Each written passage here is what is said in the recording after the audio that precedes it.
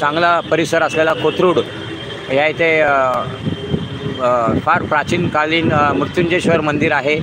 ह्या मंदिरामध्ये पूर्वी लग्न समारंभ व्हायचे, पण आता पुणे शहर एवढं झपाट्याने वाढलेलं आहे, एवढ्या उंच उंच बिल्डिंगी झालेल्या आहेत, एवढं ट्रॉफिक वाढलेलं आहे या गेल्या 40-50 वर्षामध्ये।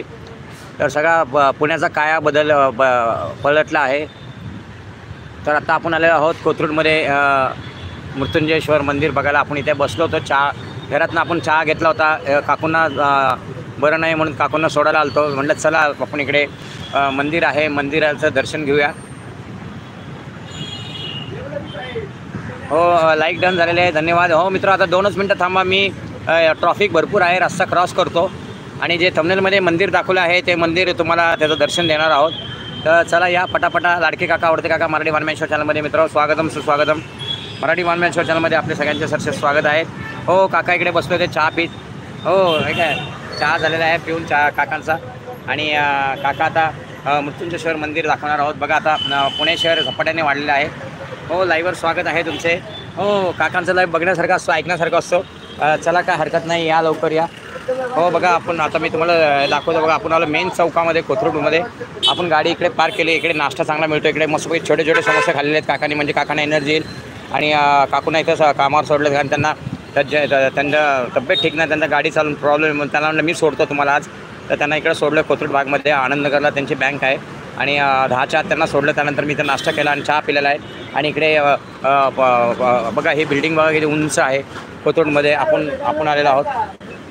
हो, इथं ह्या चौकामध्ये समोरच दिसते तुम्हाला मृत्युंजयेश्वर मंदिर। हो, जसं थंबनेलमध्ये दाखवलं तसंच मंदिर आहे, पण आता इकडे आजूबाजूला सगळं मंदिर हे झालेलं आहे। आणि इकडे फेमस आंबर हॉल आहे। हा कसा फ्लायओव्हर ब्रिज बांधला आहे। हो, पुण्याचा भाग आहे बघा, एकदम बघा बिल्डिंग पहा।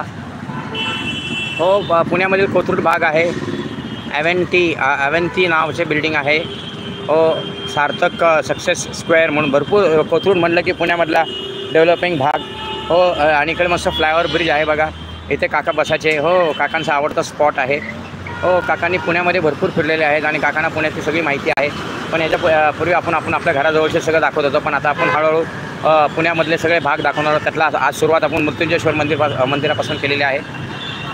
हो मित्रांनो, जरा ऊन आहे, मेसेज टाका, काय हरकत नाही।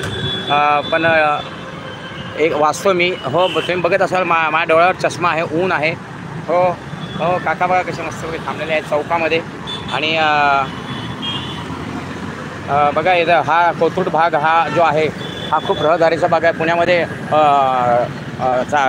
चालायचं म्हटलं की जीव मुठीत घेऊन जायला लागतो। सगळे टू व्हीलर आहे, सगळेजण आपल्या कामाला चाललेले आहेत, आपल्या कामधंद्याला सगळे चालले आहेत, ऑफिसला चाललेले आहेत। सकाळची वेळ आहे, रहदारी भरपूर आहे। हो, पुणे हे आता दुसरं मुंबईसारखं झालं आहे। हो, इथे एक मृत्युंजयेश्वर मंदिर, ही जी मोठी बिल्डिंग दिसते या बिल्डिंगच्या पायथ्याशी खाली मंदिर आहे।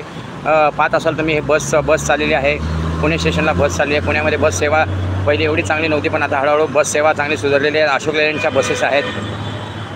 हो, मेसेज आल्या, धडाधड मेसेज। हो, चला, काय हरकत नाही। बघा, हे फ्लायओव्हर ब्रिज आहे, आपण आलो पुण्यामध्ये कोथरूड भागामध्ये। आणि इथे देसाई बंधू आंबेवाले आहेत। हो, रत्नागिरीचे देसाई बंधू आंबेवाले आहेत। आपण त्यांचं दाखवणार मेसेज वाचतो मित्र, मेसेज वाचणार सगळ्यांचे, सगळ्यांचे मेसेज वाचणार।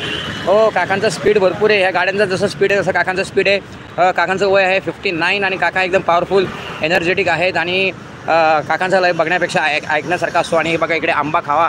हो, देसाई बंधू नर्सरी आहे इकडे मी यायचो। हो, इकडे एक आंबर हॉल आहे देसाई आणि कंपनीचा। बघा किती सुंदर देसाई बंधू फेमस आहे रत्नागिरीचे। आणि इकडे अक्षय तृतीया होती, तेव्हा अक्षय तृतीयेला श्रीमंत दगडूशेठ हलवाई गणपती जो आहे आमच्या पुण्यातलं आराध्य देवस्थान, त्याला देसाई आंबेवाल्यांनी 11,000 आंब्यांचा महानैवेद्य दाखवला होता। हो, अक्षय तृतीया होती तेव्हा श्रीमंत दगडूशेठ हलवाई गणपती आमच्या पुण्यातलं आराध्य देवस्थान आहे। आणि देसाई आंबेवाल्यांचं आतमध्ये आहे, आपण आज जाणार नाही।